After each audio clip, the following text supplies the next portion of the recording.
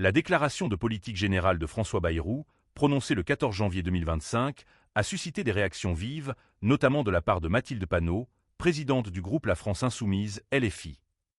Ce moment clé de la vie parlementaire a permis à Bayrou d'exposer sa vision pour le gouvernement, mais il a également été l'occasion pour Panot de critiquer sévèrement la Macronie et les orientations politiques du Premier ministre. Monsieur le Premier ministre, vous attendiez désespérément. Votre heure est venue et vous ne respectez rien. Vous ne respectez rien, ni le résultat des urnes, ni la souveraineté du peuple. Votre gouvernement recycle les artisans du malheur de la France pour jouer dans la morosité le requiem de la Macronie. Nous n'avions jamais vu un gouvernement avec un Premier ministre imposé et deux anciens Premiers ministres à ses côtés. L'un est tristement connu pour la déchéance de nationalité, la loi travail, et pour avoir déjà trahi le résultat d'un vote. Battu en France, il s'en est allé perdre les élections en Catalogne avant de revenir dans votre gouvernement de défaite et de défaits. L'autre est réputé pour le passage en force de l'indigne réforme des retraites et la répression du plus grand mouvement social depuis mai 68, une réforme menée contre l'Assemblée nationale, contre les syndicats et contre le peuple. À deux, ils ont battu le record de 40 ans d'utilisation du 49.3. Votre ministre de l'Intérieur s'est illustré par ses déclarations racistes en qualifiant une partie de nos concitoyens de Français de papier. Il s'improvise en diplomate avec l'Algérie, mais n'est en finalité qu'un piètre agitateur.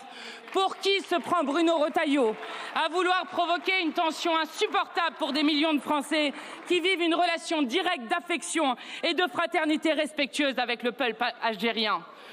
Autour de vous figurent les acteurs d'une 5e République finissante, arc-boutés sur la défense du monarque présidentiel, contre l'expression du suffrage universel et la souveraineté populaire.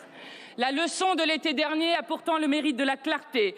Macron doit partir après la 3e élection perdue depuis 2022. Son fameux projet, comme il le hurlait en 2017, est massivement rejeté par les Français.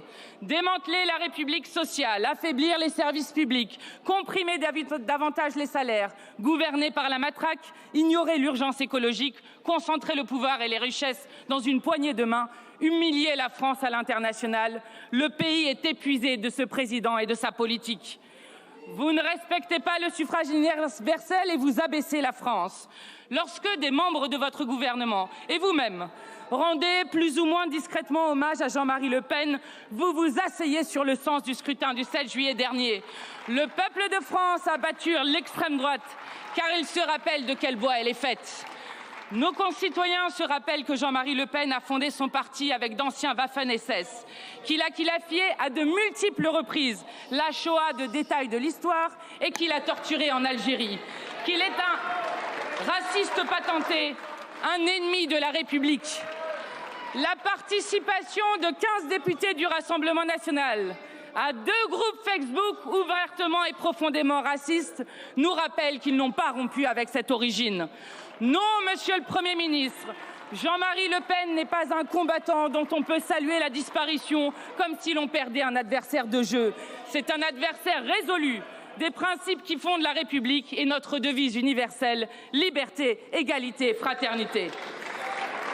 Peut-être cette devise ne sied-elle plus au président de la République qui, selon le journal Le Monde, considère que le problème des urgences tient au nombre de Mamadou qui s'y trouve, ou qui dit au rédacteur en chef de Valeurs Actuelles que le terrain de l'extrême droite est celui qu'il préfère.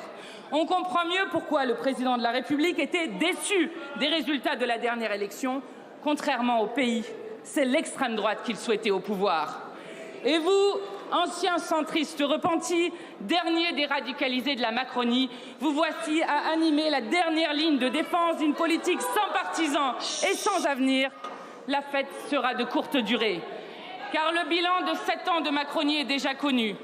Vous avez ramené la France à l'état d'un pays qui a faim. 1 personne sur 3 se prive régulièrement de repas pour nourrir ses enfants. Le nombre de personnes ayant besoin d'aller à l'aide alimentaire a triplé en 10 ans. Et collègues, le scorbut est revenu. Au XXIe siècle, cette maladie de la misère et de la malnutrition revient par centaines chez les enfants. Cette maladie se développe lorsque des enfants n'ont mangé aucun fruit et légumes sur une durée de 2 mois. Et vous n'avez jamais daigné bloquer les prix des aliments de première nécessité. Cette maladie est le symbole de votre politique de malheur. Vous incarnez le pays où soigner est devenu presque impossible. Après un siècle de lutte pour établir la solidarité universelle, dans notre pays, on fait mourir sur des brancards et on prive de soins partout. Vous incarnez le pays où l'école ne permet plus à la majorité des enfants d'étudier sans avoir le ventre vide, des murs qui s'effondrent ou tout simplement un enseignant devant eux. Décidément, vous ne respectez rien. Pas même quand Mayotte connaît la pire catastrophe de son histoire. Votre premier acte, Monsieur le Premier ministre, aura été de voler vers Pau alors qu'une réunion d'urgence se tenait pour planifier l'aide à apporter aux Mahorais. Vous avez mis la Nouvelle-Calédonie Kanaki à feu et à sang. Vous avez réprimé de la pire manière les mobilisations populaires contre la vie chère en Martinique. Avez-vous entendu le président de la République s'adresser aux Mahorais, leur dire qu'ils seraient 10 000 fois plus dans la merde s'ils n'étaient pas en France? Qui peut accepter que le chef de l'État parle ainsi, qu'il s'en aille une bonne fois pour tous et qu'on ne le revoie plus? L'hôpital est en ruine, l'école en lambeaux, Mayotte est à terre. Ce département où la population, composée pour moitié d'enfants, se retrouve à manquer de tout, d'eau, de nourriture, d'électricité, d'un toit sur la tête. Et vous pensez encore à faire 50 milliards d'économies. Un budget pire que celui de M. Barnier, pire budget, même tarif, la censure. Vous ne respectez rien au point d'ignorer parfois jusqu'au sens des mots que vous employez. Vous avez été, dites-vous, responsable de la planification.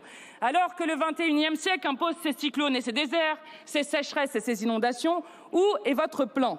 La crise écologique est au cœur des bouleversements majeurs qui frappent aujourd'hui.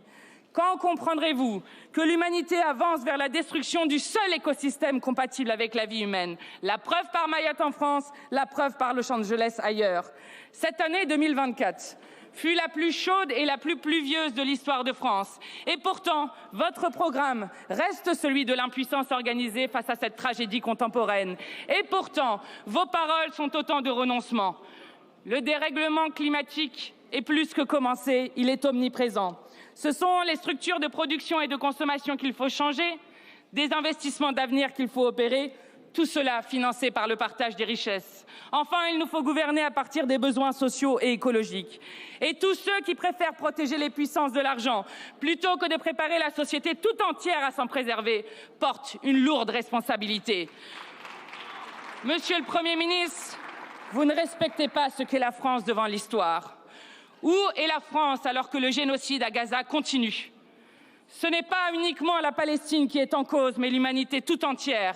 Les principes du droit international que la France se doit, parmi toutes les nations, de défendre avec le sens de l'histoire et de sa responsabilité morale et politique. Il faut que le génocide cesse. Il faut arrêter les ventes d'armes à Israël, suspendre l'accord d'association avec l'Union européenne, sanctionner Netanyahou et appliquer le mandat d'arrêt de la Cour pénale internationale. Il faut reconnaître tout de suite l'État de Palestine. Vous ne respectez rien, non, ni les élections, ni le peuple, ni la grandeur de la France sur la scène internationale. Obsédé par votre propre destin, vous ne servez en réalité que le dessein obstiné d'Emmanuel Macron qui s'accroche à un pouvoir que le peuple français lui a pourtant ôté lors des dernières élections. Monsieur le Premier ministre, vous ne vous honorez pas à servir ce projet néfaste. Le plus tôt vous serez parti, le mieux ce sera. Car le plus tôt vous serez parti, le plus tôt le président s'en ira. Et le plus tôt vous serez parti, le plus tôt nous pourrons partager les richesses au service du peuple et de la République sociale. Une fois Emmanuel Macron parti, alors la 6e République sera plus que jamais à l'ordre du jour. Monsieur le Premier ministre, bien entendu, vous ne demandez pas la confiance à l'Assemblée nationale. Vous ne demandez pas la confiance car vous ne l'avez pas. Vous n'avez ni la confiance de l'Assemblée ni celle du peuple. Nous vous censurerons. Et nous en finirons avec la réforme de la retraite à 64 ans. Nous sommes majoritaires dans le pays et au Parlement, car une réforme qui frappe dans la chair des millions de gens et qui a été passée en force ne s'amende pas, ne se suspend pas, ne se gèle pas, elle s'abroge. Nous ne sommes pas dupes sur le programme qu'il vous reste. Un budget austéritaire, puis une énième loi sur l'immigration. Gare à celles et ceux qui vous assisteront dans cette tâche en acceptant des miettes. En défenseurs déterminés de l'unité du peuple et de l'égalité humaine, nous reprenons les mots du grand Victor Hugo. Au fond des cieux, un point scintille. Regardez, il grandit, il brille.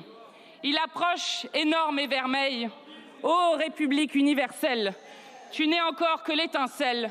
Demain, tu seras le soleil. Je vous remercie.